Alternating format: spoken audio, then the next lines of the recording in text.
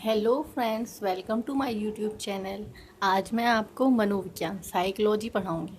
ये साइकोलॉजी की पहली वीडियो है मेरे चैनल पे और इसमें मैं आपको साइकोलॉजी के ओरिजिन के बारे में बताऊंगी कि साइकोलॉजी कहाँ से आई। तो सबसे पहले आता है कि साइकोलॉजी जो शब्द है, ये इंग्लिश में इसे हम साइकोलॉजी कहते हैं।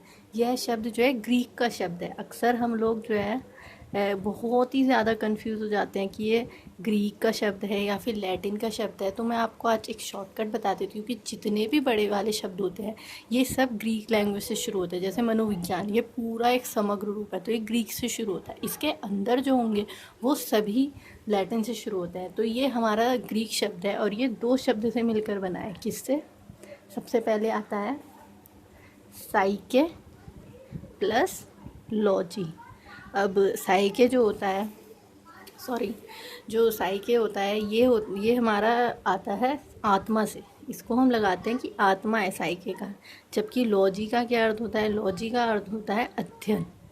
लॉजी तो हम आपको जहाँ कहीं पर भी मिलेगी, जैसे बायोलॉजी फिजिक्स और किसी भी तरह की लॉजी में, उसमें हम लॉजी का अर्थ अध्ययन ही लगाते हैं। तो इसका शाब्दिक अर्थ क्या हुआ? आत्मा का अध्ययन।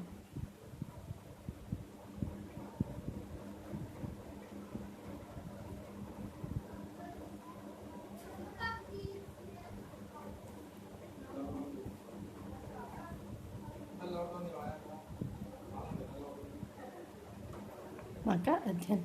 अब इसमें ना मनोविज्ञान में चार कॉन्सेप्ट थे। एक था आत्मा का, दूसरा था पहले था आत्मा का, दूसरा था मन का, तीसरा था चेतना का, तो चौथा था व्यवहार का। तो हम इसे याद कैसे करेंगे? मैं इसका शॉर्टकट बता देती हूँ। आ म च वा। जैसे कि इसमें बहुत लोग कंफ्यूज जाते हैं कि चेतना पहले आएगी या मन पहले आएगा। तो हम क्या करते हैं, आमा चावा आमा चावा आमा चावा, इस तरीके से एक दो बार बोलेंगे ना तो हमें ये याद हो जाएगा। आ से क्या है?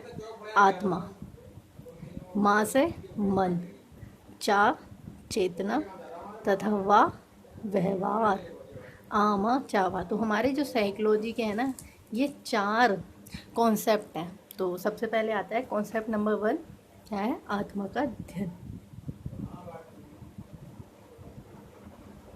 तो कॉन्सेप्ट नंबर 1 जो हुआ था, ये हमारा 1816वीं शताब्दी में मान्य रहा था।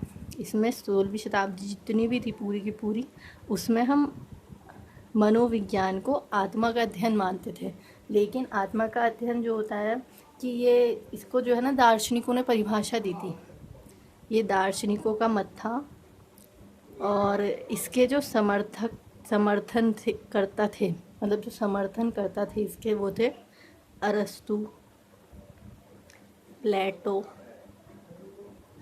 और डेकार्टे, एरिस्टोटल।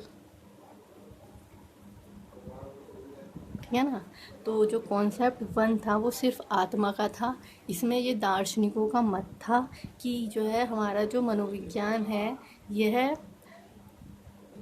आत्मा का अध्ययन है। लेकिन अब ये क्या हुआ कि उसके बाद में 17वीं शताब्दी में कॉन्सेप्ट नंबर 2 आ गया।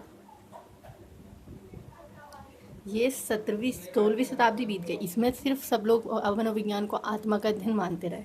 फिर आई 17वीं शताब्दी और 18वीं शताब्दी।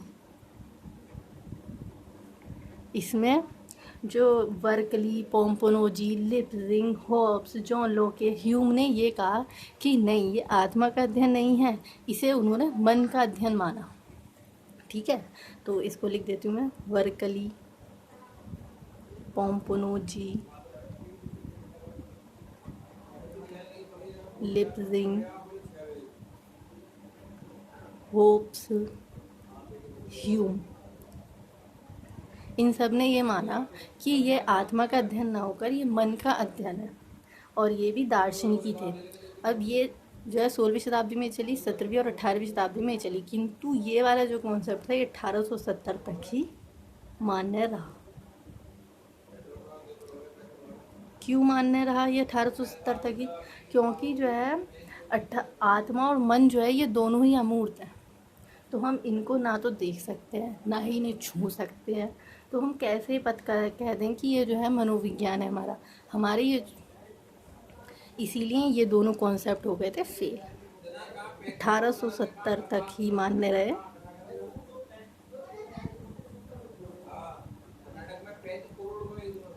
क्योंकि आत्मा व मन दोनों ही मूर्त होते हैं, दोनों ही मूर्त नहीं है, अर्थात अमूर्त है। ठीक है ना। अब ये हो गया कि ये दोनों ही अमूर्त हैं, तो ये फेल हो गए थे। तो 1870 तक ये भी दार्शनिक थे, ये भी दार्शनिक का मत था। तो 1870 तक मनोविज्ञान को दर्शन शास्त्र माना जाता है। ओके। और जैसा आज मैं आपको इतना ही बता देती हूँ, आप इतना याद कीजिए। और इसी अब एक कंफ्यूज़न और है कि ये मूर्त और अमूर्त क्या होता है। मूर्त वह चीज़ें होती हैं जिन्हें हम देख सकते हैं, उन्हें हम समझ सकते हैं, जैसा कि कॉपी, पेन, हाथ, पेपर, फ़ोन, इन सब चीज़ों को हम देख सकते हैं, तो ये हमारी मूर्त चीज़ें हैं। और अमूर्त चीज़ें होती हैं जिन्हें हम देख नहीं सकते, ना छू सकते, उन्हें सिर्फ महसूस किया जा सकता है, जैसे कि ईमानदारी, बेरोजगारी, लड़ाई झगड़ा, गुस्सा, ये सब हमारा अमूर्त चीज़ों में आता है। और आज के लिए बस इतना ही। मैं आपको इससे अगला कॉन्सेप्ट अगली वीडियो में बताऊंगी, तो वेट करें अगली वीडियो का। और अगली वीडियो जब आए तो उसे ज़रूर देखें। And thanks for watching. यहाँ तक देखने के लिए थैंक यू। क्योंकि इससे आगे जो है मैं आपको बता देती इससे भी आगे, लेकिन इससे आगे की जो मतलब इसके जो कॉन्सेप्ट है, जैसे यहाँ तक तो दर्शन शास्त्र ख़त्म हो गया, तो मैंने आपको दर्शन शास्त्र तक का बता दिया अभी। इसीलिए अब नया जो कॉन्सेप्ट है मैं आपको नई वीडियो में बताऊँगी। ओके, ठीक है, bye. Like, share and comment, please share कर दो वीडियो, ठीक है ना। Okay, thank you.